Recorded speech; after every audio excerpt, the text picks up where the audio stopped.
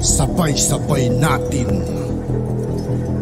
alamin ang mga kaganapan na nangyayari sa ating bansa.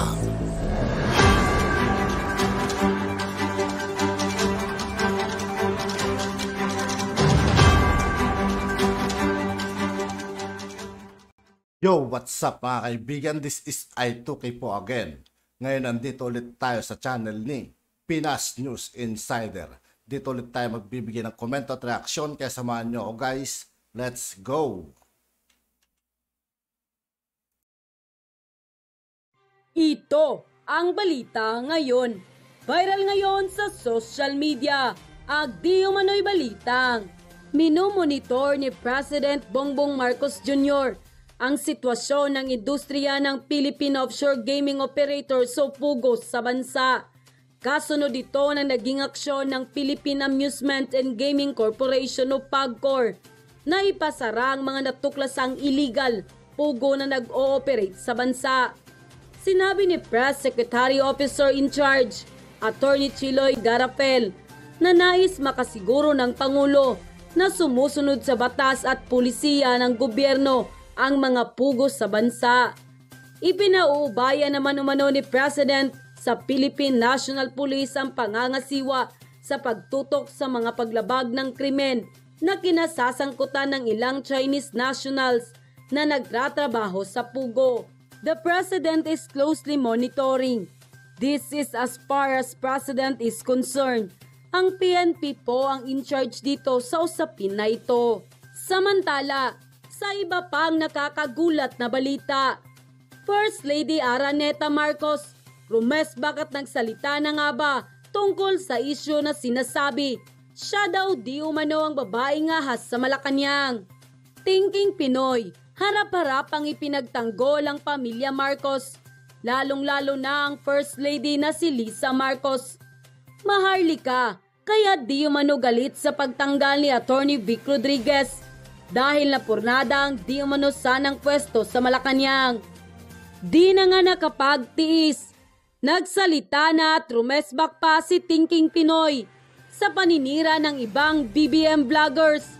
Lalo na tinira di umano ni Maharlika ang First Lady na pinakamalapit na kaibigan ni Thinking Pinoy. Sa live ni Thinking Pinoy, kanya-kanyang inisat sinagot ang mga isyu ng naninira sa First Lady na tinawag umano na babaeng ahas sa Malacanang na nakasisira umano sa magagandang plano ng Pangulo sa Pilipinas. Tila wala umanong common sense na pinangalanan niyang Totobe na kung sisirain umano ng First Lady ang Pangulo ay sisirain din ito ang kanyang 3 anak na mga lalaki na dala-dala ang apelyedong Marcos. Komento pa nga ng marami sa ating mga kababayan na walang inang naghahangad ng masama sa mga anak para sirain ang pamilya at dahil lang sa layunin nito na isang appointee ng Pangulo. Matatanda ang close si Thinking Pinoy sa First Lady na pinutakti ng mga isyu at intriga. Narito ang full video kung saan hindi na nga nakapagpigil pa si Thinking Pinoy na magsalita. Pakinggan at panoorin ang full video. Pero iba naman ang inaasahan mas big time. Bakit? Kasi nalaman ko, may nag-a-apply pala para sa job order sa Malacanang. Tapos ako naman, well, kung qualified ka naman talaga at gusto mo magtrabaho sa gobyerno, di mag-apply ka. No. Di mag-apply, okay lang, mag-apply ka. Kaya lang naloka lang ako, sabi ko, alright, yun lang, chill lang ako. Sabi ko, kung kailangan nyo magtrabaho, di okay lang. Ganoon daw talaga ako. Kung gusto mo magservisyo sa bayan, di okay lang dun. Diba? Kaya lang, ang naloka ako dito, akala nyo yata, ano ba yun? Doon kayo dumikit kasi feeling ninyo, yun yung maglalagay sa inyo? Yun yung mag-a-approve ng application nyo? Paano yun? Wala na. So, binastos nyo yung First Lady kasi binastos nyo yung, whether wittingly or unwittingly, nabastos nyo yung First Lady. Kasi ang inaasahan ninyo, yung ka-align ninyo, yun yung mag-a-appoint o mag-a-approve ng inyong application. Ang problema kasi guys, ganito, 7 years na ako sa vlogging. Nagkaroon na ako ng ilang mga oportunidad. Nagkaroon na ilang mga pagkakataon to gain power and money. And I pretty much rejected all of them.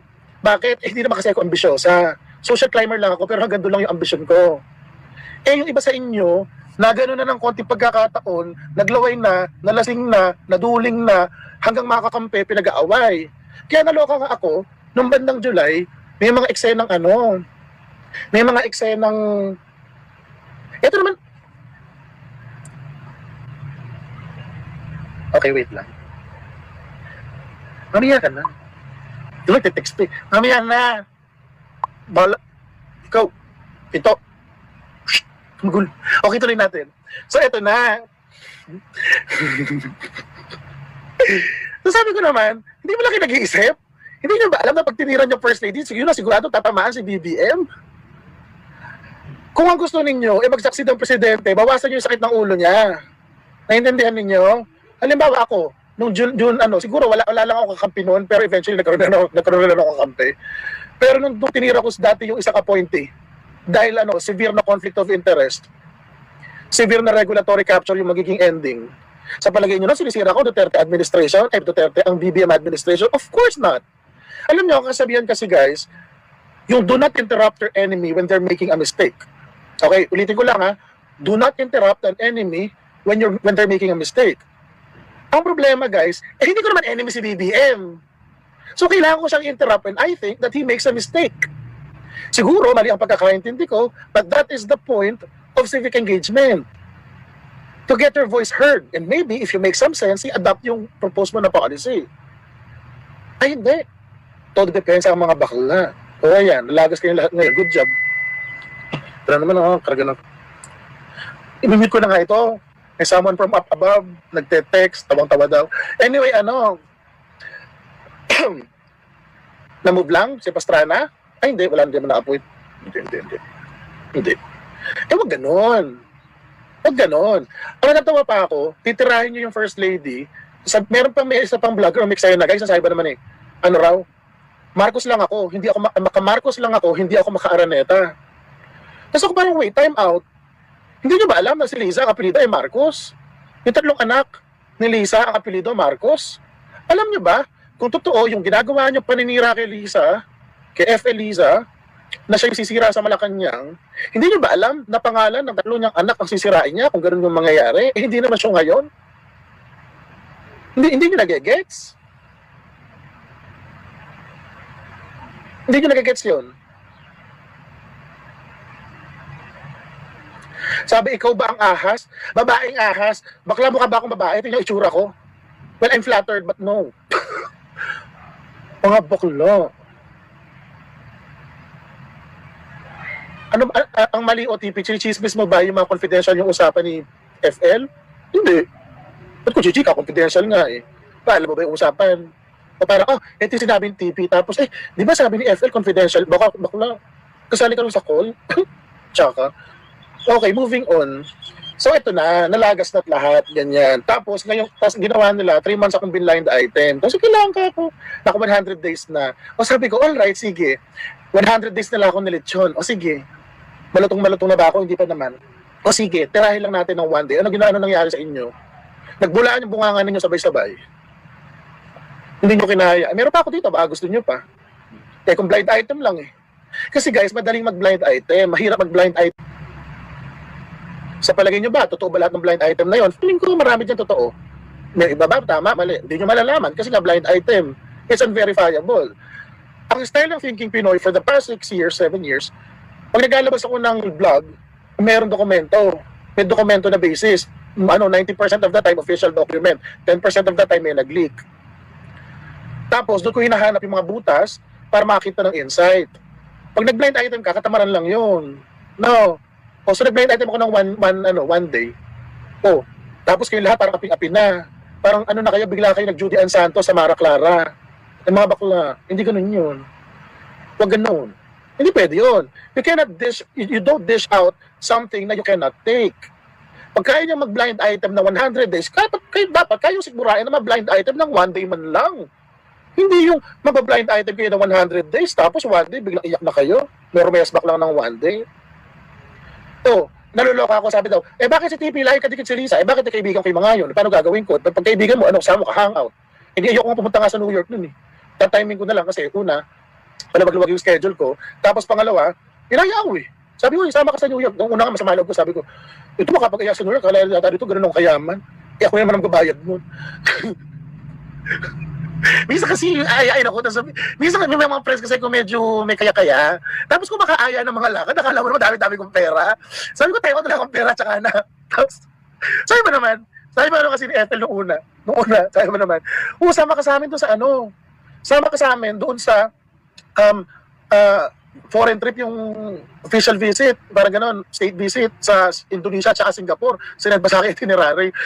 Tapos ako naman, sabi ko, may assignment ako niyan tsaka titipid ako, kagagaling ko lang Singapore ng 1 month, dami ko na naubos na pera, time out. Tapos, hindi, parang sabi niya medyo, ganyan. O sige, sa New York na lang, sinasa itinerary sa New York. Tapos ako naman parang, ang subtext nun, RJ, bumili ka na ng ticket mo, magbukan na rin ng hotel mo. Tapos ako naman medyo hurt, just ko. Pero sabi ko, sige, momentous event, bakit? Kasi doon in-excel si BBM sa Amerika. Well, Hawaii, pero Amerika pa din yun.